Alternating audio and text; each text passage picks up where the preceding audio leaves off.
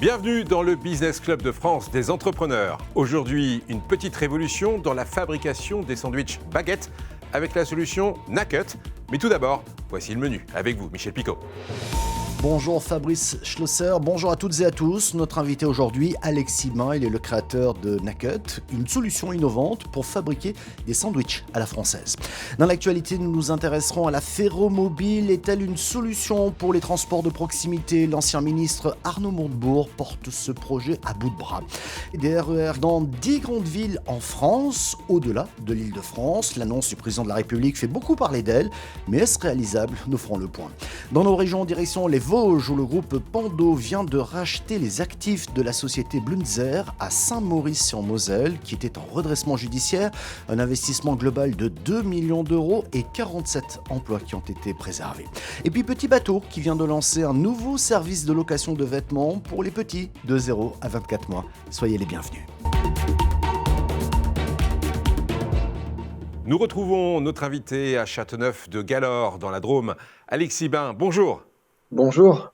Vous êtes le créateur de Nakut. Nakut, c'est une innovation dans le monde du sandwich à la française, une innovation dans la manière de le fabriquer.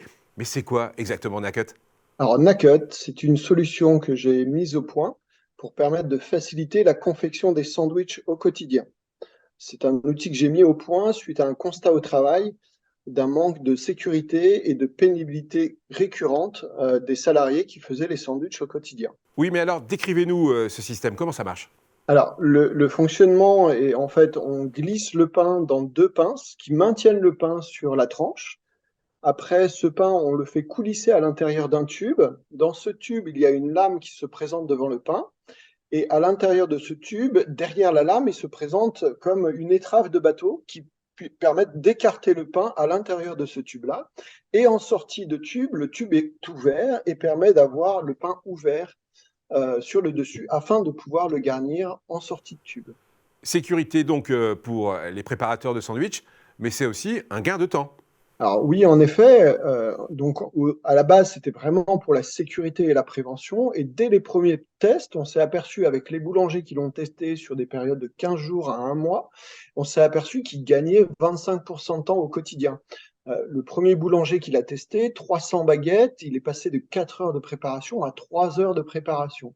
C'est assez incroyable parce qu'on fait les sandwichs un par un, on ne les fait pas comme en série, comme la plupart des boulangers l'interpellent, mais on les fait un par un bien avec ses deux mains, donc avec efficacité, puisqu'on travaille avec deux mains pour le remplir au lieu d'avoir une seule main à pouvoir remplir le sandwich. Mais comment vous est venue l'idée? Je crois savoir qu'il vous a fallu 1 an de mise au point pour lancer l'industrialisation et la commercialisation.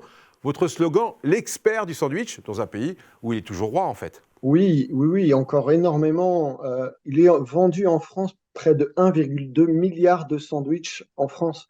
Donc c'est tout à fait colossal. Là, on parle du marché français, on a aussi les marchés belges, néerlandais, italiens. Et il y a la boulangerie française qui s'exporte énormément à l'international aussi. Donc on voit un grand nombre de boulangers français qui s'exportent à l'international pour vendre le pain, mais vendre aussi tout ce qui va avec, les sandwicheries, la partie viennoiserie qui est très importante aussi et qui est typiquement française. Alors, question pratique, pour un boulanger intéressé, comment ça se passe? Qu'est-ce qu'il doit faire? Alors, on propose la machine à la vente. On est sur un tarif à 820 € en prix public. Ce tarif, en fait, il est appliqué par moi-même et par l'ensemble des distributeurs qui distribuent l'outil à travers la France, parce que moi, tout seul, avec mon petit drapeau, c'est tout simplement pas possible. On est énormément aidé par des grands noms de la profession et des fabricants français.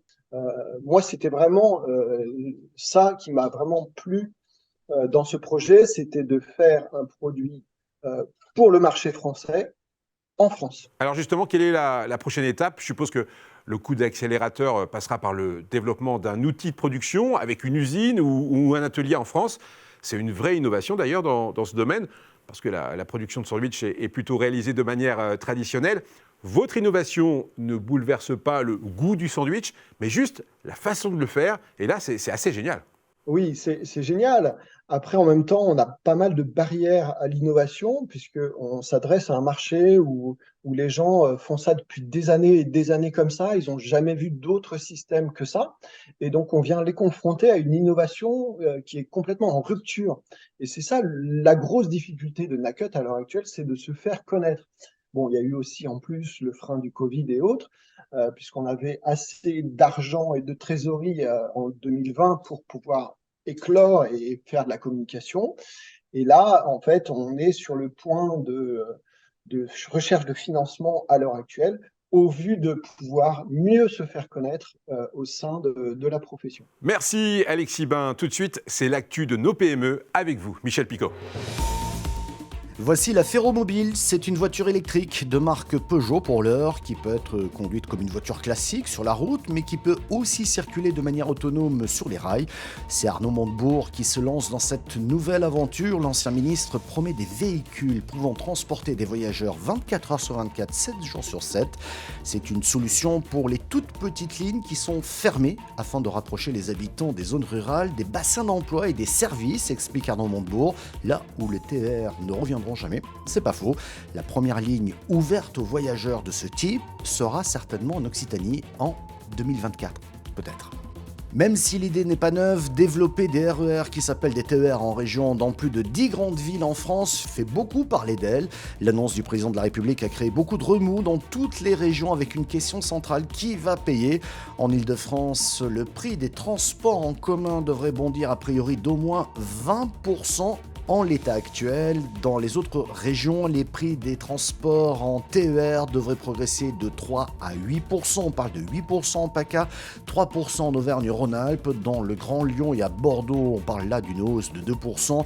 Et dans la région Grand Est, pas de hausse prévue pour le moment, mais toutes les régions attendent un geste de l'État pour concrétiser ce projet de RER en région et surtout, déjà, pour commencer, pour faire face à la hausse du coût de l'électricité.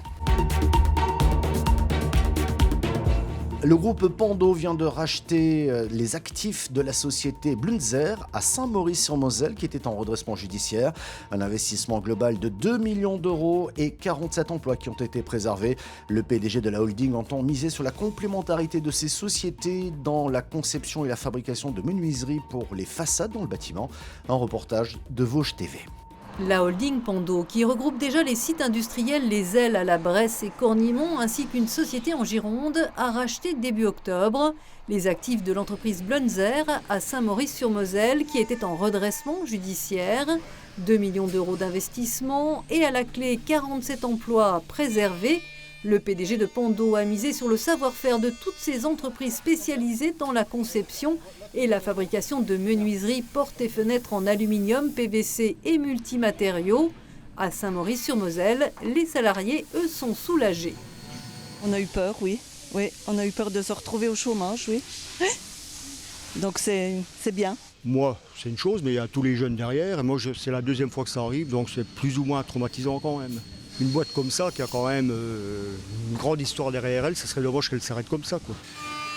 Une des possibilités de la diversification de nos activités communes, c'est de confier à Blunzer toutes les opérations un peu mouton à 5 pattes.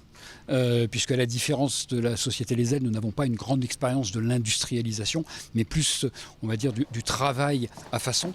Chez Blunzer, il faut désormais veiller au suivi des contrats déjà signés, comme pour ce projet de centre sportif en région parisienne. On vient mettre des vitrages entre chaque poteau béton. Là, le projet en question est un projet un peu particulier, mais qui se développe de plus en plus. Ce sont des projets bois ou mix bois-alu. Le groupe Pando a aussi impulsé une démarche sociétale, car Pando, c'est le nom d'un lieu unique au monde, aux États-Unis, où 70 000 arbres partagent le même réseau de racines et se renforcent mutuellement. La holding s'inspire de ces valeurs grâce à un dispositif de la loi Pacte. Elle a permis aux salariés de devenir des actionnaires. Ma volonté, c'était qu'on puisse basculer en entreprise à mission. Et depuis donc 1 an, 100% des salariés des Ailes sont actionnaires de leur entreprise. Et j'espère bien que les salariés de Blunzer, donc là on est dans la phase de retour à la rentabilité, mais dès qu'on aura retrouvé ça, j'espère d'ici une grosse année, on pourra les faire monter dans l'actionnariat de la holding Pando. Pando, c'est enfin 120 millions d'euros de chiffre d'affaires cette année, 350 salariés dans les Vosges et un PDG qui prépare un nouveau projet environnemental, celui-là. Objectif, recycler 5000 tonnes de fenêtres par an et employer des personnes en insertion. C'est parti, l'entreprise Petit Bateau propose un nouveau service de location de vêtements pour les petits de 0 à 24 mois. Une fois commandés en ligne, les produits sont préparés et envoyés depuis l'entrepôt Petit Bateau situé à Buchères, dans l'Aube. Un reportage de Canal 32. Les bébés grandissent trop vite. C'est à partir de ce constat que Petit Bateau a choisi de lancer son service de location de vêtements pour bébés. De ses 0 à ses 12 mois, un bébé changera 6 fois de taille. Et chez Petit Bateau, quand on a la qualité, la durabilité dans l'ADN, on se retrouve du coup dans une situation où la durée de vie du produit est supérieure à sa durée d'usage. Et donc dans ce cas-là, se pose une question, à quoi ça sert d'acheter quand on peut louer? Les clients vont de plus en plus vers les produits d'occasion et la location est quelque chose qui se développe de plus en plus, que ce soit dans le sport, l'électroménager, dans le textile bien évidemment. Les commandes se font directement en ligne sur une plateforme dédiée. Pour le client, 2 options. Il peut sélectionner une box déjà prête ou créer sa propre box en choisissant des produits parmi plus de 150 références. Manteaux, body, pyjama ou encore pantalons. La commande est ensuite préparée ici, dans cet entrepôt. Là, je suis en train de préparer une commande donc qui se compose de 6 articles, autant de grosses pièces comme de petites pièces. Ça peut aller de la combi pilote au cardigan, au petit pantalon. Tout est personnalisable. Vous pouvez choisir une pièce, 2 pièces, 3 pièces de votre choix ou choisir une de nos boxes préfaites. Les prix oscillent pour les produits individuels de 5 à 25 € par mois et pour les boxes de 50 à 80 € par mois. Le client sera facturé en fonction de la durée de la location. 15 jours, 1 mois, 2 mois, le calcul se fait au jour de conservation des produits. Et il n'y a pas besoin de s'engager sur une durée au départ. Tout est prévu pour habiller bébé de 0 à 24 mois. Une fois le produit utilisé par le locataire, il est renvoyé à l'entrepôt pour être lavé puis désinfecté par cette machine. Cette machine va détruire toutes les petites bactéries qui pourraient provenir du bébé qui aurait pu rencontrer un rhume ou une autre petite maladie. 3 options. Le produit est en excellent état. Il est conservé et repartira pour une autre location avec une autre famille. Si le produit est en bon état, mais pas parfait, il sera revendu dans notre circuit de vêtements d'occasion. À noter qu'un produit dont l'état est trop dégradé pourra entraîner une surfacturation. Merci d'avoir suivi cette émission qui est disponible également en replay vidéo sur le site de votre télévision locale. Nous sommes également disponibles en podcast audio sur toutes les bonnes plateformes ainsi que sur quelques radios, par exemple à Monaco sur Ami la radio, dans le Verdon sur Radio Verdon ou encore à Montpellier sur Pop Radio. On salue d'ailleurs toutes les autres radios partenaires. Merci de votre fidélité. À la semaine prochaine.